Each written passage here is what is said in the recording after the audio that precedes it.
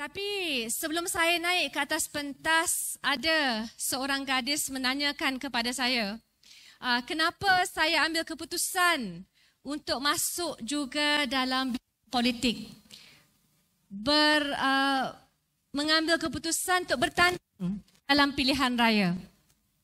Dan mungkin ramai yang tidak mengenali, tapi pada tahun 1998, ketika itu saya belum pun mencecah 18 tahun. Pada tahun tersebut, Malaysia menyaksikan krisis.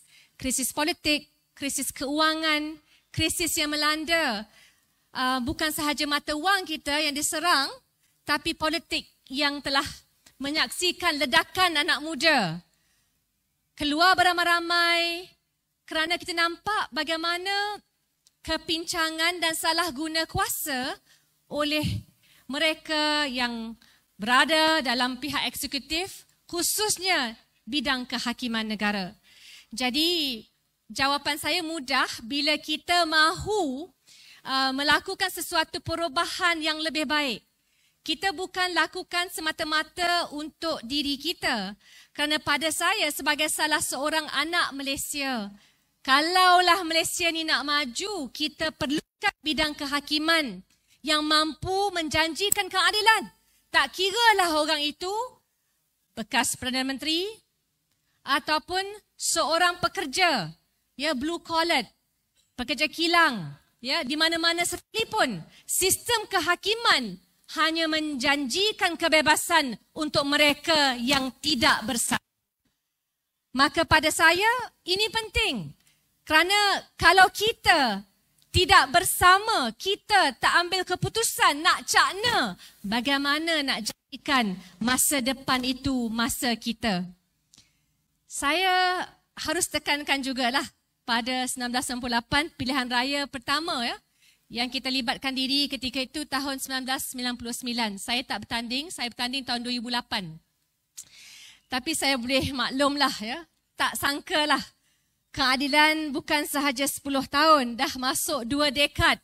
Dan masih lagi, ya, kita kalau dulu datang ke negeri Johor, saudara-saudari, dapat 5 orang pun alhamdulillah.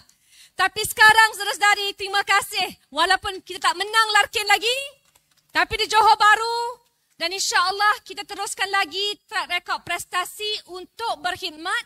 Nak menang bukan kerana diri kita. Nak menang supaya kita dapat laksanakan dasar program yang berkebajikan untuk rakyat. Nak menang, nak lawan rasuah. Nak menang, nak lawan salah guna kuasa. Dan kalau sekarang selepas pandemik, kita masih lagi merasakan bahawa kerajaan yang ada, ya, yang telah memberikan tekanan ekonomi sesempit ini, yang memaksa kita sampai ke tahap, ya, terpaksa mendesak supaya bantuan diberikan tepat pada masanya. Saya tak tahulah nak bagi tahu negara mana, ya, yang setanding Malaysia dah 3 kali naik OPR. Tapi untuk syarikat-syarikat tempatan tidak datang tepat pada masanya. Bukan kata-kata saya, ini daripada laporan ekonomi yang dibuat oleh Kementerian Keuangan sendiri. Hatta masa pandemik, jangan lupa, kebanyakan kontrak yang tidak adil. Ada yang menyewa, disuruh dihalau pada awal bulan kerana tak boleh bayar. Tapi Malaysia memperkenalkan rang undang tersebut 7 bulan lebih lewat daripada Singapura. Sedangkan rakyat, penyewa, semua yang memerlukan bantuan, memerlukan perubahan yang hanya boleh dilakukan di peringkat parlimen. Tapi parlimen ketika itu tidak dibuka. Jadi saya bawa ini, saudara-saudari, kerana sejarah dia mengajar kita untuk melakukan sesuatu yang lebih baik. Dia mengajar rakyat, ya, sebenarnya segala perubahan yang kita nampak, pertama saya sebut bidang kehakiman.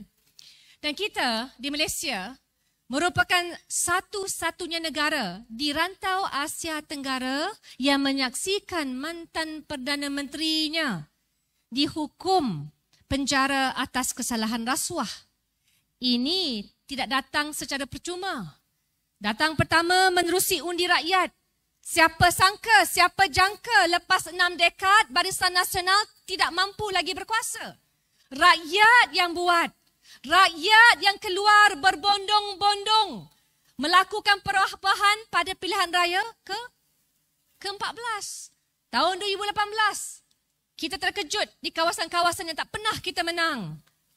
Dan atas dasar itu ada dilaksanakan ya pada kes Datuk Seri Anwar Ibrahim pada tahun 1998, saudara-saudari. Ketika itu kena ramai yang menanyakan kepada saya apa itu sampai pergi ke Geneva. Kita filekan ya kes. Kita bukan saja file dengan pihak Pertubuhan Bangsa-Bangsa Bersatu. Kerana kalau kita cakap tak bersalah tanpa dalil, tanpa bukti, what is that? Everything is based on evidence. Dan badan terkemuka International Commission of Jurists telah memeriksa, menyiasat bukan sahaja kes Datuk Seri Anwar, kes Lim Guan Eng, kes Irene Fernandez, dan diputuskan oleh Badan International Commission of Jurists tahun 1999. Ini sejarah. Mungkin tak keluar TV3, mungkin tak keluar utusan Malaysia, mungkin tak keluar berita harian, tapi kebenaran tetap kebenaran. Keluar dalam sejarah terpahat bahawa pihak kerajaan telah mempengaruhi keputusan dan penghakiman dalam tiga kes tersebut. Barulah berlaku reformasi. Ditubuhkan ketika itu Suruhanjaya Pelantikan Hakim. The Judicial Appointments Commission, reformasi yang berlaku ya.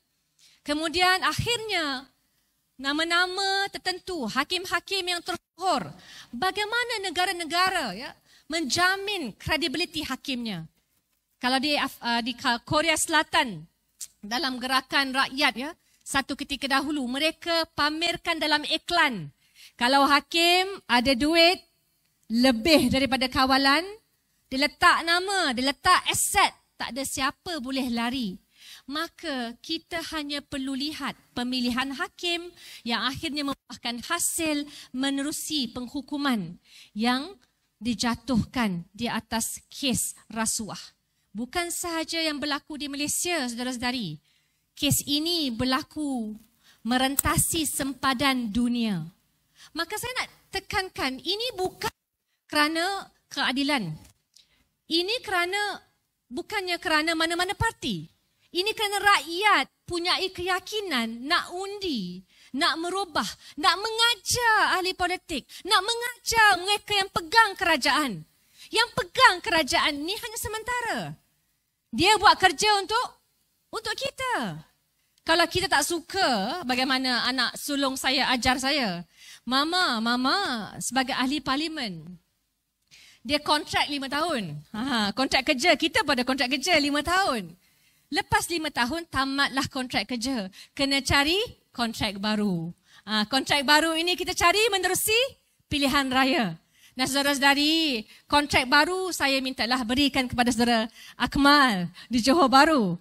Kerana sudah tentu antara apa yang kita mahukan, bak kata saudara Taufik tadi, kita mahu lahirkan generasi ya, daripada awal yang memahami idealisme, memahami kenapa kita memutuskan. Sebagaimana soalan yang ditanya awal tadi kepada saya, kenapa saya pilih untuk masuk dalam bidang politik. Saya belajar sebagai seorang jurutera. I was an engineer. Bidang sarjana, masters dalam hubungan antarabangsa, hubungan antara Asia Tenggara, Asia, Southeast Asian nations. Ya.